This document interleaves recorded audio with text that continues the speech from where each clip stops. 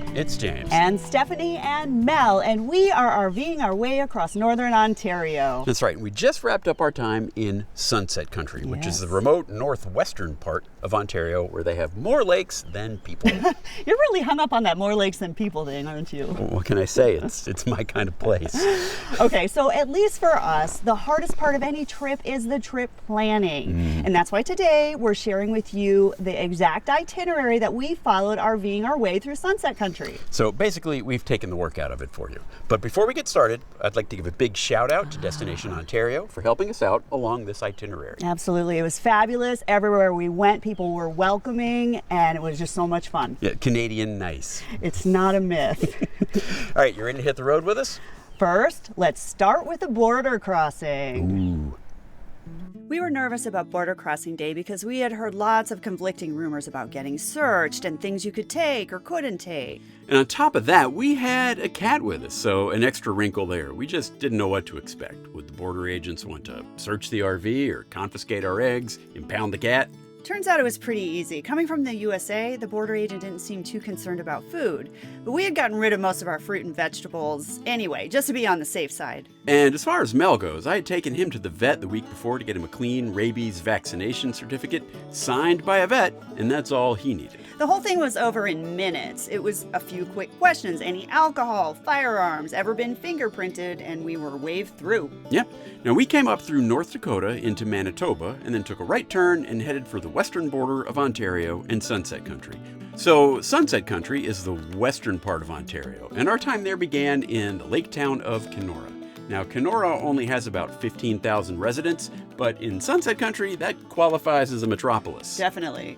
So we camped at a great RV park on the edge of Kenora. It's called Anishinaabe RV Park, and it's right along the shores of Lake of the Woods. And if you don't know Lake of the Woods, you might expect it to be one round lake, but it's not. It's actually a maze of connected bays and inlets and islands, and it sprawls across Ontario, Manitoba, and even through Minnesota. Yeah, now there are a lot of sites at Anishinaabe Park, and it has all the amenities you'd expect, and we looked into one of the sites overlooking the lake and the beach below. It was awesome. Yes, and we loved the park's beach area and its docks. It had one long dock that separated the beach area from the lake, which made it a great place for swimming and just relaxing and pretending to be deep thinkers. I like that. So one of the things that's great about Kenora is that it's bike friendly. So we were able to bust out the bikes and use them to get around town, no problem. And since we don't RV with a tow car, that worked out great for us. So here are some of our favorite things we spotted while we were out exploring. First, the big blue chair. Okay, now honestly, we didn't stop for the chair, right? The chair is just outside the Discovery Center, which is home to Tourism Kenora, and we had stopped there because, you know, we were tourists. But you can't see a giant blue chair without taking pictures with it, climbing into it. Yeah. And if you're a woodworker and if you're interested, this is a type of Adirondack chair, or a Muskoka chair to our Canadian friends, which is a common woodworking project, except you don't normally build them 11 feet tall. And then there's Husky the Muskie, literally Kenora's biggest celebrity. At 40 feet tall, that is very literal. So he's in a park along the water called McLeod Park, and it's an easy bike ride to get there. And we had to Google what exactly a muskie is because we're not fisher people. They're actually a predatory fish that eat other fish and small critters, and they have sharp, pointy teeth. It's kind of like if a shark and a whale had a Canadian baby. Okay. Clearly, we are not fisher people. But also nearby in the water is the Goodwill Geyser. It's Kenora's own version of Old Faithful, and it goes off about every hour. And we got lucky and happened to be there while it was going off. And I don't know if this is always the case, but as we were walking away, we looked back and we caught it making a rainbow. Aww. Well, after biking around downtown Kenora for a while, we were hungry and it was starting to be dinner time, so we headed back to the campground. Yeah, and it's strange, but when we're in the RV, our cooking roles reverse. And I'm not sure when or why this started, but at home, I'm the chef. But when we're in the RV, though, James does all the cooking. Yeah, and I can't even say it's like a guys on the grill kind of thing because we don't travel with a grill. We have an electric griddle instead. But yeah, so since we were on the lake, fish seemed appropriate, so fish on the grill. We stayed at this campground for 2 nights, and after dinner, we'd walk down to the water and we'd hang out on the dock, and it was just really lovely hanging out there watching the sunset. And on our second day, that's when we did what I think was both of our favorite things to do in the area, and that's when we took a cruise on the MS Kenora. And that day we actually drove our RV right down to the dock, and we fit just fine in the parking lot. Yeah, the cruise was great. It lasted a couple hours. We went around the lake. We got to see little islands and cottages on the lakeshore. And there was a guided narration playing with local tidbits, like the fact that the actor Kelsey Grammer owns an island out there. Frasier. Yeah. Well, the MS Kenora is also a restaurant and a bar, so we got drinks, saw the sights, and enjoyed the absolutely perfect weather and impossibly clean air. I actually checked the air quality index while we were there, and it was 2. Not 2, just 2. Like, I didn't know it went that low. Nice. Well, I just liked floating along. It was really enjoyable cruise. Normally we try to pack so much in a day. It was nice being forced to just kind of slow down. So we lounged around the railing. We weren't pedaling, we weren't hiking, we weren't planning anything. We were just being. So those were the highlights of our time in Kenora. And honestly, we could have spent a lot more time there, but I was itching to get to some of those more lakes than people places. So when we left Kenora the next morning, we pointed the RV south towards the Sioux Narrows area to do some hiking. We wanted to get deep inside Ontario's boreal forest and to explore the Canadian Shield and its 4-billion-year-old rock. But still, you gotta eat, right? So normally, you'd make a sandwich in the RV at the trailhead before heading out on a hike.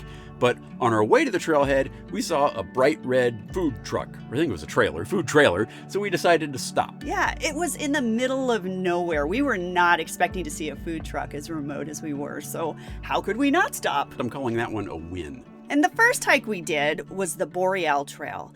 And there was plenty of parking for our RV, and the only other car there was for the staff at the visitor center, so we had the trail all to ourselves. Yeah, I was not expecting a building with actual staff at a trailhead so far out.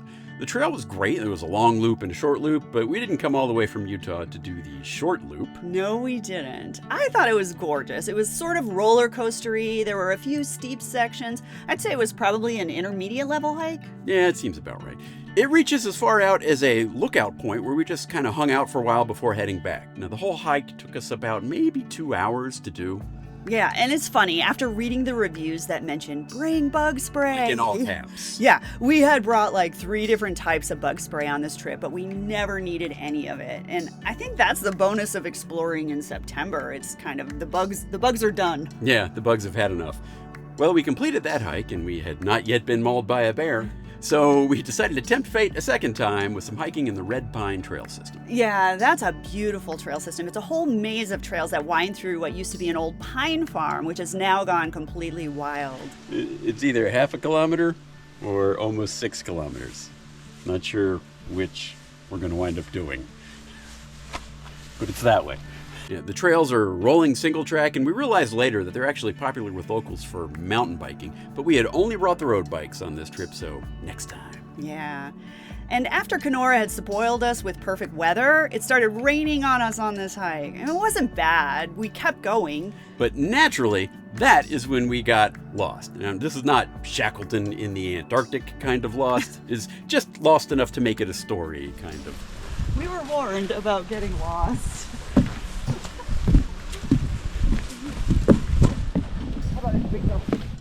Yeah, because all the trails, they spit out at this strangely beautiful parking lot, so you can't get truly lost there. Yeah, so it was a full day. We had 2 hikes, a food truck, we were happy, we were the good kind of tired, we were wet, and we were ready for the campground, Tomahawk Resort. The campground was really lovely. We had our pick of sites because it was off season. Yeah, like literally, they told me just go pick one. So we picked one up by the hot showers, which was amazing. My favorite part about this resort was its swim beach and the little deck right on the lake. Normally, they keep kayaks and paddleboards out for guests to borrow, but they were already stored for the season, I guess, so our only water activity was sitting there and staring at it, which, after a day of hiking, was just fine with me. Yeah, it was actually perfect. But what we didn't realize until we got there was, surprise, we were still on Lake of the Woods. Yes, the same gigantic lake. I think it was stalking us. So that night we slept great after all that hiking. And the next morning we hung out at the campground. We had some coffee. Mel took you on a walk. Yeah, Mel is actually very choosy about where he will go outside. So this was high praise from the cat. Next up for us was Brown's Clearwater Lodge, where we were looking forward to some waterfront camping. But before we could head there, we needed to gas up. And I can honestly say this is the first time I've ever gassed up an RV at a marina. So a word of advice when you're planning travel in the remote parts of Sunset Country, keep an eye on your fuel. Have a gas plan. Definitely. So we got to our campground, and once again, we were told we had our pick of sites. And boy, waterfront camping, that was an understatement. We were right on the beach. Yeah, like step out the door, boom, lake. And we were excited about this stop because this is where we had planned a fishing trip with a local guide. And I haven't fished in ages, and Sunset Country is renowned for its fishing. Yeah, me either. But the weather wasn't with us on this day. It was windy and surprisingly cold. So our guide made the call that it just wasn't a good idea for us to go out. So we went with Plan B instead. Professional level lounging with some meandering around the campground thrown in. Well, it was very quiet and peaceful there. In the evening, the wind died down, and the sunset that night might have been the best of the trip. And it was also our last night in Sunset Country. The next day we got up and headed east towards Superior Country. So that was our time in Sunset Country. Those first few stops, Kenora, Tomahawk Resort, Browns Clearwater, they set a great tone for the rest of our Ontario adventure. They sure did. It was a good balance between doing stuff and doing absolutely nothing. Having an itinerary, it helped us make the most of every day, but the spontaneous stuff ended up being just as memorable. Yeah, and even though we didn't video them, the Canadians we met along the way, they were all welcoming and laid back, and they seemed really proud to show off the place that they get to call home. Next, our story picks up in Superior Country, where we keep pretending to be outdoorsy professionals. So stay tuned for that video because it's going to be superior. See how I did that? I like it. I like it. So if you want to see our Sunset Country itinerary, there's a link below to our website where you can find it. And if you've been to Sunset Country, drop us a comment and tell us what we missed so we can put it on the itinerary for next time. Thanks for watching, and we'll see you in Superior Country. Bye.